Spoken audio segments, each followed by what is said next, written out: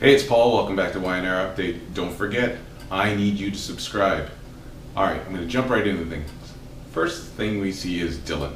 Now, he tells Sharon that he left a message for Avery about the charges getting dropped, but the news isn't good for Dylan because Avery says she's going to stay another week, and there's a lot of tension there. We also see Victor. Now, he summons Gabe, and he talks to him about his offer to act as a go-between between the two families. But Gabe shuts him right down. He tells him that his only loyalty is to Jack and that he's not going to run between the two families. So Victor lets it go. But, he never lets it really go. And then we see Sage, and she's around Nick, and she almost faints. Now, if you don't know what's happening, I want you to grab your shoulders and give your head a shake. You know what's happening.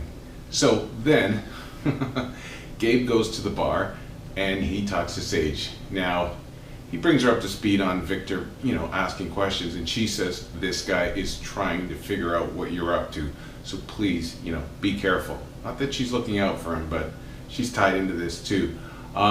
She knows he's digging for dirt, but then he tells her that he's still sleeping with Chelsea. In fact, that it just happened. Now, she doesn't need the details, and he calls it progress.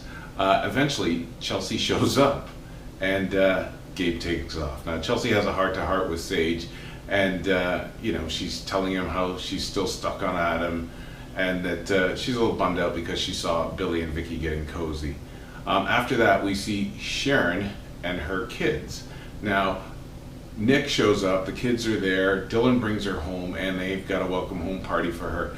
Now, obviously this sucks for Nick because he's got to eat crow. He goes over to Dylan and tells him that he is sorry for doubting Sharon and giving, obviously, Dylan a hard time. But once Dylan and Sharon are alone, they get right back into it. They start making out, and then they spend the next few minutes apologizing to each other for what they know they want to do, and they can't stop staring at each other. So just get it over with and, get a room. And then we see Nick, and he goes back to Sage, and she confirms what all the smart people out there know. She's pregnant. So I hope they're just not silly enough to try to make it look like it's Gabe's. But anyways, then we see Kelly, and this is hilarious. She tells Jack, she does. She tells Jack that she's drugged him, something in his water, and she's going to coax his memory back. And eventually, the drugs are so good, he starts thinking he married her, and they have the groggiest looking dance I ever saw. The other thing we see is Jack. Now, he wakes up, doesn't know who Phyllis is.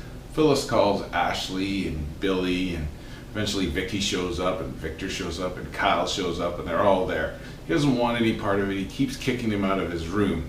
Now, once they get out of the room and they're all troubled, Victor comes in, and Victor starts asking a few questions, and all of a sudden he says, gotcha. And he says, I'm just going to weigh my options. I can either do it your way, or I can tell them what you're up to. And Victor goes, we can go with door number 3. And he pulls out a syringe, and he's about to inject air in the syringe, and all of a sudden Gabe shows up and stops him. And that's where we leave it off. So please come back and check us out. It's YNR Update. It's Paul.